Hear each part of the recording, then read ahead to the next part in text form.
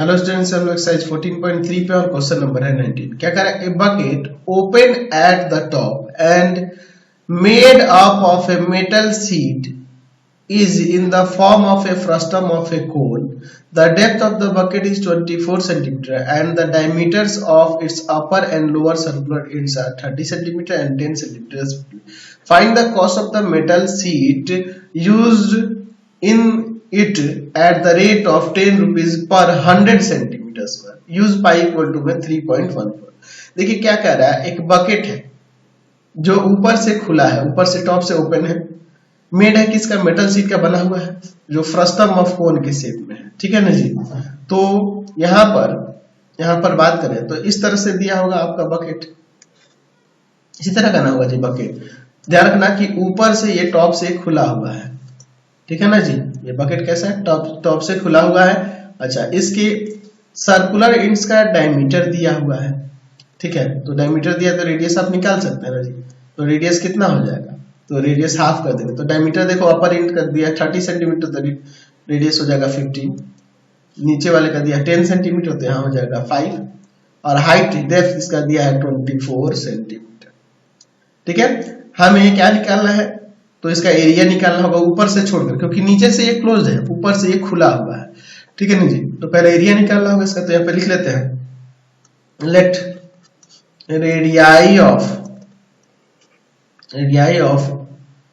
radii of the frustum of cone of its circular ends। तो एक को R1 suppose कर लेते हैं, तो डायमीटर का हाफ यानी कि 30 बाई में 2 15 और R2 जो कि हो जाएगा 10 बाई में 2, डायमीटर का हाफ कर देंगे 5 सेंटीमीटर। अच्छा, हाइट दिया है, height of the frustum of कोन, या बकेट भी लिख सकते थे, आपके क्वेश्चन में कह रहा था। तो एच कितना है? 24 सेंटीमीटर। तो पहले स्लेंट हाइट चाहिए ना जी, क्योंकि एरिया निकालना है। तो यहाँ पर देखते हैं अब इसका स्लेंट हाइट क्या हो। Slant height of the frustum of cone, slant height यानी कि एल क्या होगा? Root under H square plus में R1 माइनस R2 का स्क्वायर कर देंगे। ठीक है ना जी। चलिए अब इसके बाद देखते हैं हम। एल इक्वल टू में हो जाएगा रूट अंडर एच स्क्वायर यानी कि 24 का स्क्वायर और प्लस में 15 माइनस 5 का स्क्वायर। चलिए आगे सॉल्व करते हैं। एल इक्वल टू में आ जाएगा अंदर 576 और यहाँ 10 का स्क्वायर 100 यानी कि 6 रूट अंडर 676 यानी आ जाएगा यहाँ पर 26 सेंटीमीटर स्लेंट हाइट। तो अब इसके बाद देखते हैं हम लिखते हैं टोटल सरफेस एरिया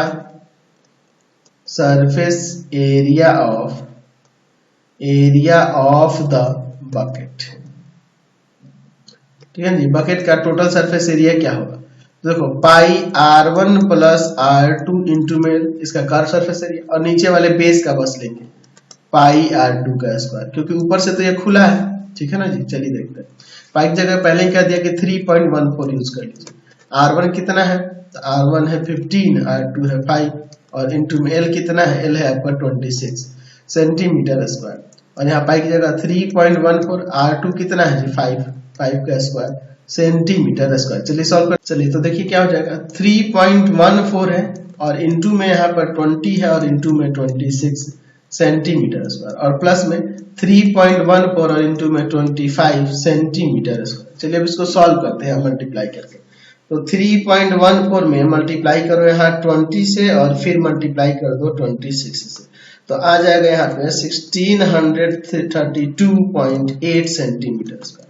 और प्लस फिर यहाँ पे देखो 3.4 में मल्टीप्लाई कर दो 25 से, तो आपका आ जाएगा 78.5 सेंटीमीटर स्क्वायर। तो इसमें इसको ऐड कर लेते हैं, कितना जी? 1632.8 और प्लस में 78.5, तो ऐड करेंगे तो आ जाएगा 1711.3 centimetre square.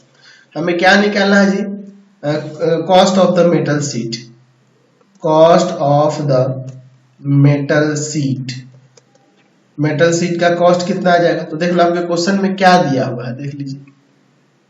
Cost of the metal sheet use to कितना 10 रुपीज पर 100 सेंटीमीटर स्क्वायर का, 10 रुपीज लग रहा है 100 सेंटीमीटर स्क्वायर का, 10 रुपीज लग रहा है 100 सेंटीमीटर स्क्वायर का।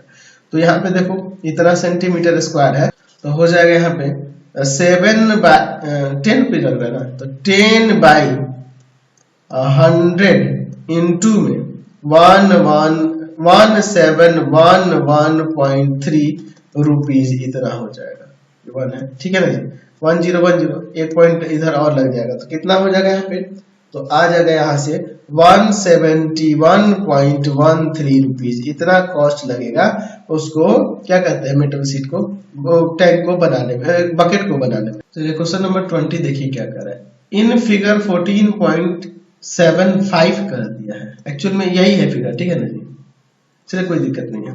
From the top of the solid cone of height 12 centimetre, solid कोन है जिसका टोटल हाइट कितना दिया है जी, 12 सेंटीमीटर दिया हुआ है, ठीक है ना जी। आगे क्या करा कि and the base radii is 6 centimetre, देखो यहाँ पे दिया, a cone of height 4 centimetre is removed by a plane parallel to its base. देखिए यहाँ से एक ये 4 सेंटीमीटर हाइट वाला कोन रिमूव कर दिया जाता है, तो ये जो बच जाएगा फ्रस्टम, इसी का हमें क्या कह रहा है कि find the total surface area of the remaining solid, जो फ्रस्टम बच जाएगा इसका एरिया हमें निकालना है, टोटल सरफेस एरिया। तो ये रेडियस नहीं पता है, ये नीचे वाला पता है, ठीक है ना जी। तो पहले ये रेडियस अगर हमें पता चल जाए तो ये तो हाइट आसानी से निकाल सकते हैं, 12 में से 4 हो जाएगा, ये 8 सेंटीमीटर इसका हाइट हो जाएगा। चलिए तो यहाँ पे हम लोग यहाँ पे इसका नाम ऐसे ले लेते हैं, O A B C D। अब लेते हैं कि let the radii of the remaining solid, यानी कि ब्रैकेट में लिख देते हैं frustum B R1 and R2। तो ये R2 तो 6 दिया है और R1 ये रहा, ठीक है ना जी। अच्छा अब यहाँ पे देखिए टोटल हाइट दिया है, total height of the cone 12 centimetre और height of the small cone cut from the top, इसका हाइट कितना है जी, 4 centimetre. Therefore height of frustum क्या हो जाएगा, हाइट ऑफ द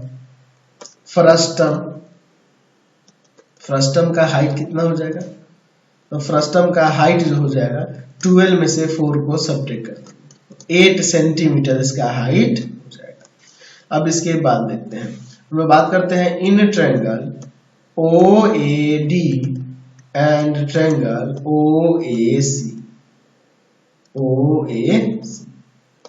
ये वाला बड़ा वाला और ये छोटा वाला दोनों को ले रहे हैं। तो यहाँ पे देखो एंगल OAD इक्वल टू में एंगल OAC हो जाएगा, ये दोनों एंगल इक्वल होंगे, कैसे, कॉरेस्पॉन्डिंग एंगल होंगे, क्योंकि पैरेलल प्लेन्स है ना जी, कॉरेस्पॉन्डिंग एंगल है, कॉरेस्पॉन्डिंग एंगल्स है, तो ये आपके इक्वल होंगे क्योंकि पैरेलल प्लेन है, ठीक है ना जी। चलिए दूसरा आपका हो जाएगा एंगल AOD इक्वल टू में एंगल AOC, ठीक है ना जी।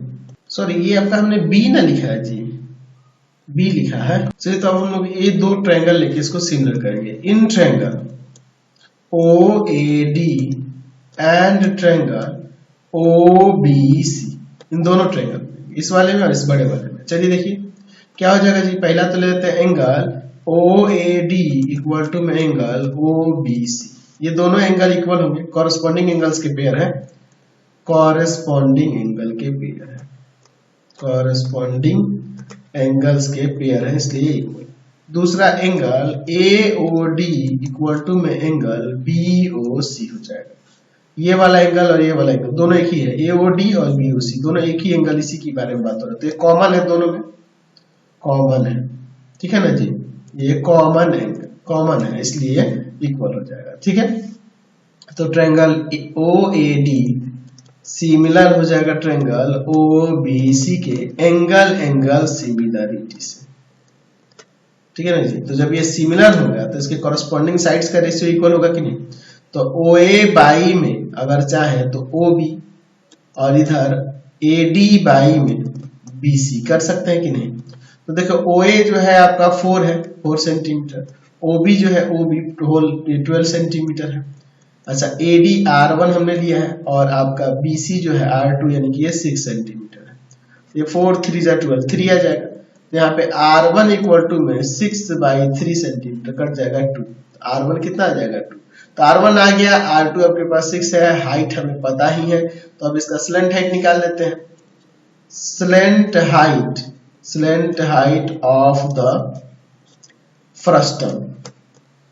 फ्रस्टम का स्लेंट हाइट यानी कि L निकालना है, जो कि होता है √h² प्लस R2 माइनस का R1 का होल स्क्वायर। तो यहाँ से L इक्वल टू हो जाएगा √h कितना है जी 8 का स्क्वायर और प्लस में यहाँ हो जाएगा आपका 6 माइनस 2 का स्क्वायर, ठीक है ना जी। तो यहाँ पे हो जाएगा √8 का स्क्वायर 64 और यहाँ 4 का स्क्वायर 16, दोनों को ऐड कर देते हैं, ठीक है ना। तो 80 आ जाएगा √80 है ना जी। तो इसको हम लोग लिख सकते हैं आपका 4√5 सेंटीमीटर, ठीक है ना जी, कोई दिक्कत नहीं है। चलिए तो एक काम करते हैं, √5 का वैल्यू यहाँ पे रख देते हैं 2.23।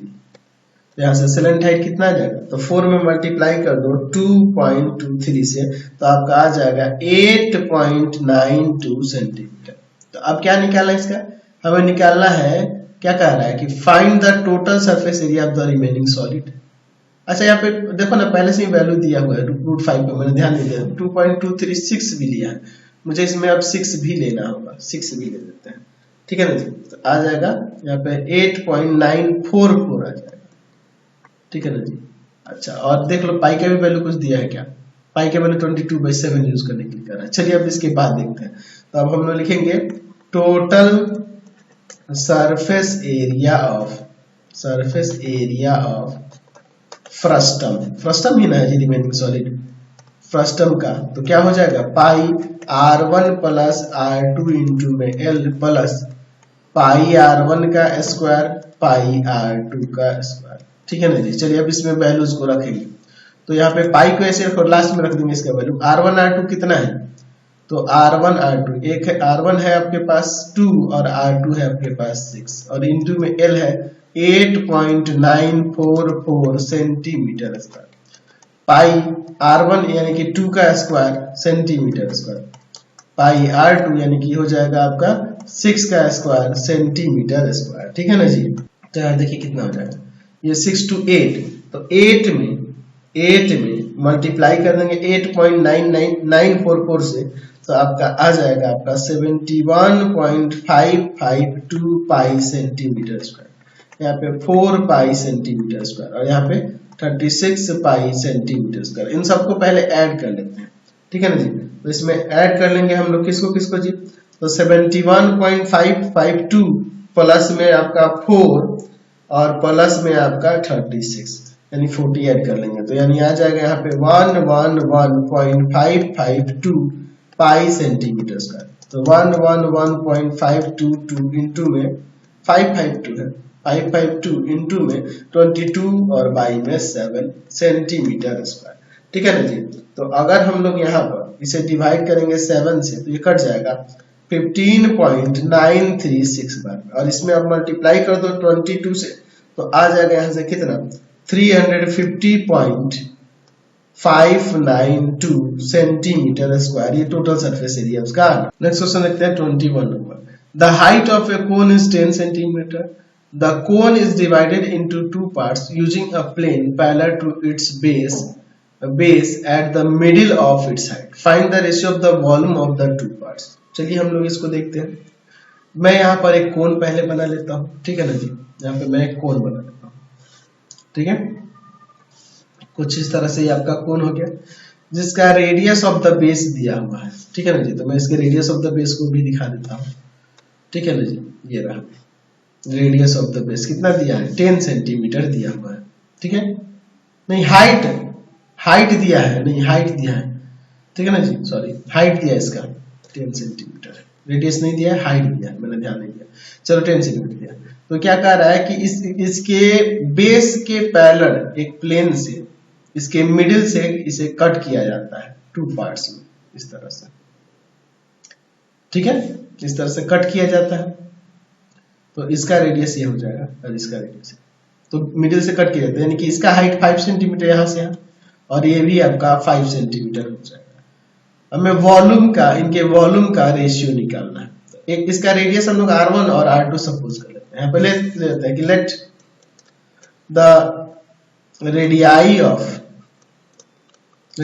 Of frustum of cone be R1 and R2, ठीक है, R1 R2 ले लीजिए। अच्छा, इसका नाम ले लेते हैं O, यहाँ पे A, यहाँ पर B, यहाँ पर C और यहाँ पर D, ठीक है, कोई दिक्कत नहीं है। चलते हैं अब यहाँ पर, ध्यान से देखिएगा, यहाँ पर हमारे पास लेना होगा, यहाँ पे देखिए क्या करता है, यहाँ पे ये भी लिख देते हैं कि हाइट ऑफ स्मॉल कोन, उसको स्मॉल एच से डिनोट करते हैं, जो कि है 5 सेंटीमीटर, ठीक है ना जी। और हाइट ऑफ फ्रस्टम ऑफ कोन, तो फ्रस्टम ऑफ कोन का भी हाइट वही 5 सेंटीमीटर ही हो रहा है।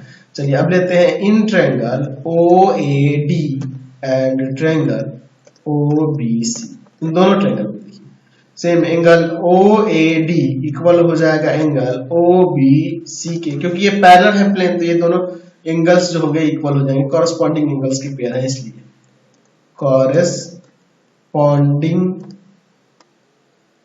एंगल्स के पेयर है।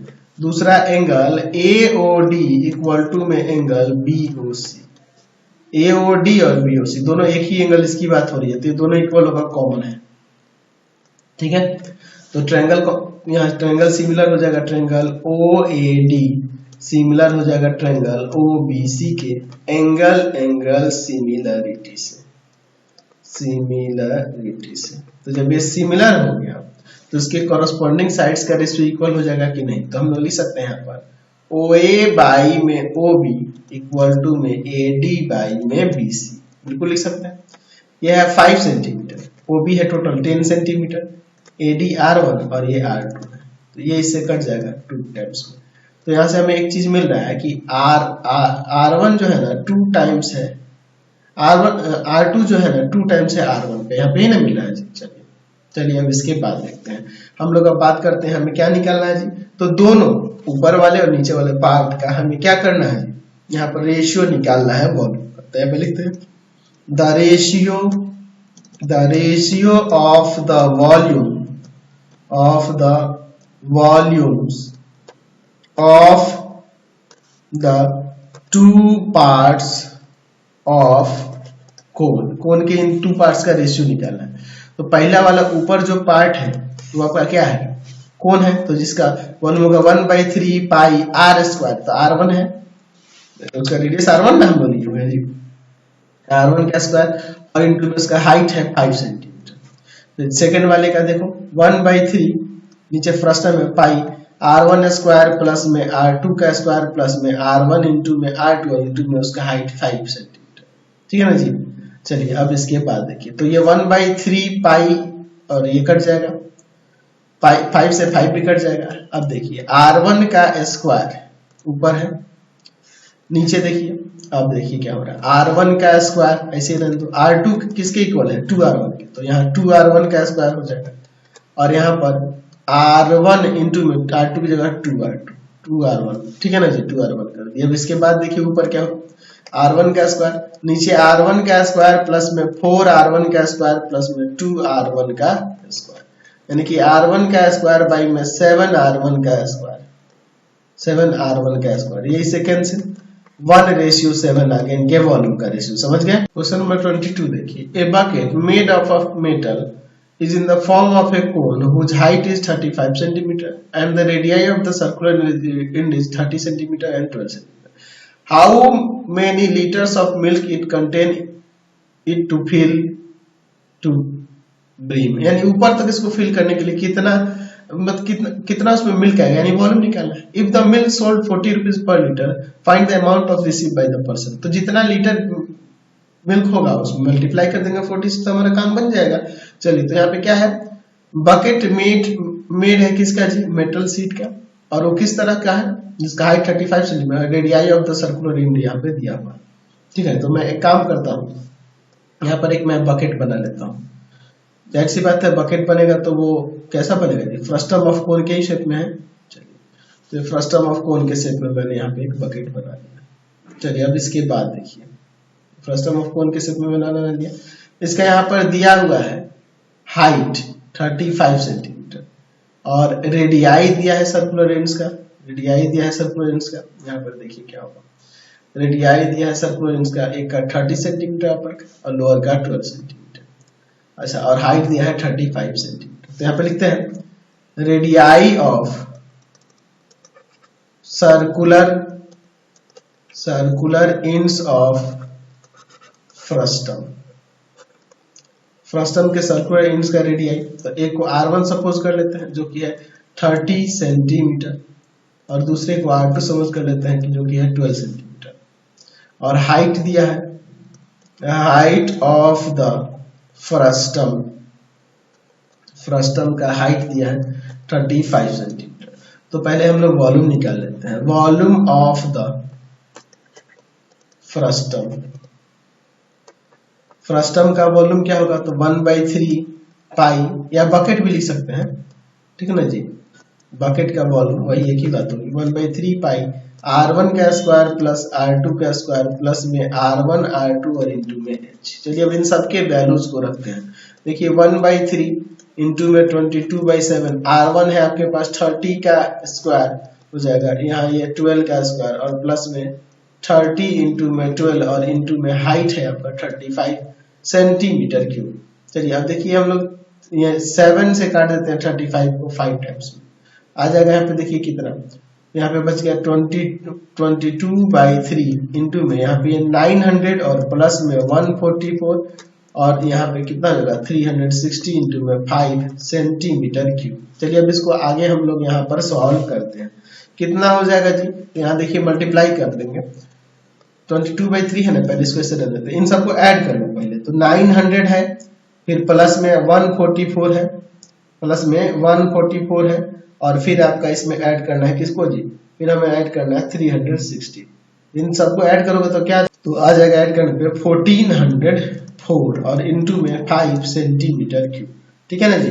तो एक काम करते हैं हम लोग, इसको 3 से कट कर देते हैं, कितना टाइम्स में कट जाएगा 468 टाइम्स। तो अब सबको मल्टीप्लाई करो, 468 हो गया, और इंटू में ये 22 और इंटू में ये 5, तो यहाँ से आ जाएगा 51,480 सेंटीमीटर क्यूब उसका वॉल्यूम हो गया। तो हमें क्या निकालना है, मिल्क निकालना है ना जी, लीटर में, है ना जी। तो हम लिख सकते हैं कि क्वांटिटी ऑफ